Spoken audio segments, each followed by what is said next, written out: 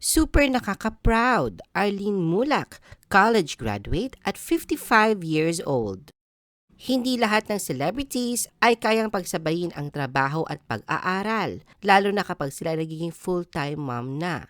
Sa dami ng pangangailangan at pagsubok sa kanilang mga trabaho, parehong personal at professional, may ilan sa kanila na pinili ang kanilang karera muna at ipinatigil ang kanilang pag-aaral. Ngunit may ilan ding nauunawaan ng halaga ng edukasyon, hindi lamang para sa professional na benepisyo, kundi para sa kanilang sariling pakiramdam ng pagpapahalaga at personal na kasiyahan.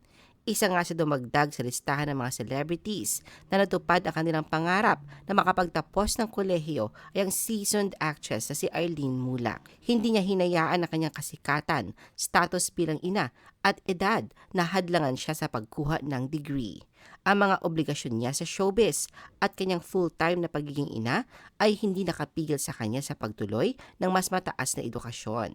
Isang bagong tagumpay para kay Arlene nang siya ay magtapos with a degree in Bachelor of Arts in Communication sa ilalim ng Expanded Tertiary Education Equivalency and Accreditation Program ng Philippine Women's University. Sa kanyang Instagram post noong Lunes, September 2, 2024, ibinahagi niya ang masayang pagdiriwang ng pagtatapos ng kanyang buhay kolehiyo kasama ang kanyang graduation photo at ilang mga tanawin mula sa graduation ceremony. Kalakip nito ay ang madamdamin din niyang mensahe para sa sarili at sa lahat ng taong tumulong at nakaagapay niya sa pagtupad sa kanyang pangarap na makapagtapos. Ayon kay Arlene, itinigil niya ang kanyang pag-aaral sa kolehiyo noong 3 taon niya dahil sa oportunidad sa trabaho. Nang magkaroon siya ng pamilya, nagbago ang kanyang mga prioridad. Ngunit pinatunayan niyang hindi pa huli upang makamit ang matagal ng layunin, kaya't nagtapos siya ng pag-aaral sa edad na 55. Nagpasalamat si Arlene sa kanyang mga professor at blockmates sa ATE-EAP program para sa kanilang tiwala sa kanya at sa kanyang kakayahan. Binanggit din niya si Professor #Gentica na nagbigay sa kanya ng pagkakataong maranasan ang campus life kahit sa loob ng ilang oras. Pinasalamatan din niya ang kanyang mga kasamahan sa IRS sa Commission on Appointments na tumulong sa kanya sa pag-abot ng kanyang pangarap. Sa panibagong achievement na natamo, binigyang pagkilala din ni Arlene ang buong suporta at pagmamahal ng pamilya. Nangunguna sa pinasalamatan niya ang asawa na si Warren Dandoy at kanyang 2 anak na sina Aliyah at August. Naanya ang mga ito ay nagbigay sa kanya ng lakas ng loob kapag siya ay handa ng sumuko. Sa pagtatapos ng kanyang post, nag-iwan si Arlene ng isang nakaka-inspire na mensahe tungkol sa pag-abot ng mga layunin. Anya, age is just a number. Determination and passion are what truly matters.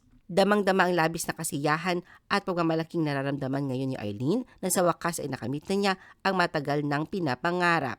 Katunayan sa kanyang Instagram stories, sunod-sunod din ang binahagi niyang tagpo mula sa espesyal na araw na kanyang pagtatapos. Kabilang narito ang mga selfie photos kung saan kasama niya ang kapwa ATE-EAP students. Isa din sa binahagi ni Arlene ay ang short video kung saan makikita ang pag-akyat niya sa entablado habang tinatawag ang kanyang pangalan. Sa bawat niyang hakbang, bakas ang ningning sa kanyang mukha na maging ang kanyang mga mata ay nangungusap sa sobrang kasiyahang nadarama habang nakikipagdaupang palad sa mga professor at tinatanggap ang diploma.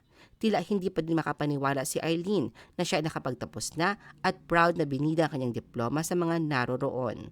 Sa caption na naturang video, sinulat niya ang caption na "Sarap pakinggan" na ang tinutukoy ay walang iba kundi ang marinig ang pagbanggit ng kanyang pangalan na kabilang sa mga nagsitapos. Samantala sa ilan pang larawan, nagbigay pasilip si Arlene sa naging pagdiriwang ng kanyang pagtatapos. Isa na rito ang selebrasyon nilang pamilya noong araw na yon kung saan kasama niya ang kanyang mag-aama. Sa caption, pabirong humirit si Arlene sa mga ito sa pagsasabing, "Siyempre, sila nasunod where to eat," na sinamahan niya ng woman face palming at face with stuck out tongue and closed eyes emojis. Sa isa pang larawan, makikita ang wacky post ni Arlene na may hawak na isang bote ng alak na nilagyan pa niya ng caption na "Walang pasok, celebration na, wah!" Ang masayang kaganapang ito sa buhay ni Eileen ay buong pamamalaki ding binida ng kanyang mister sa pamamagitan ng kanyang Instagram account. Maging ang bunsong anak niyang si August ay naroon din ang kasiyahan sa natamong achievement ng ina kung saan ay binahagi niya sa kanyang Instagram story ang graduation photo nito, kalakip ang mensaheng "Congrats, Mother."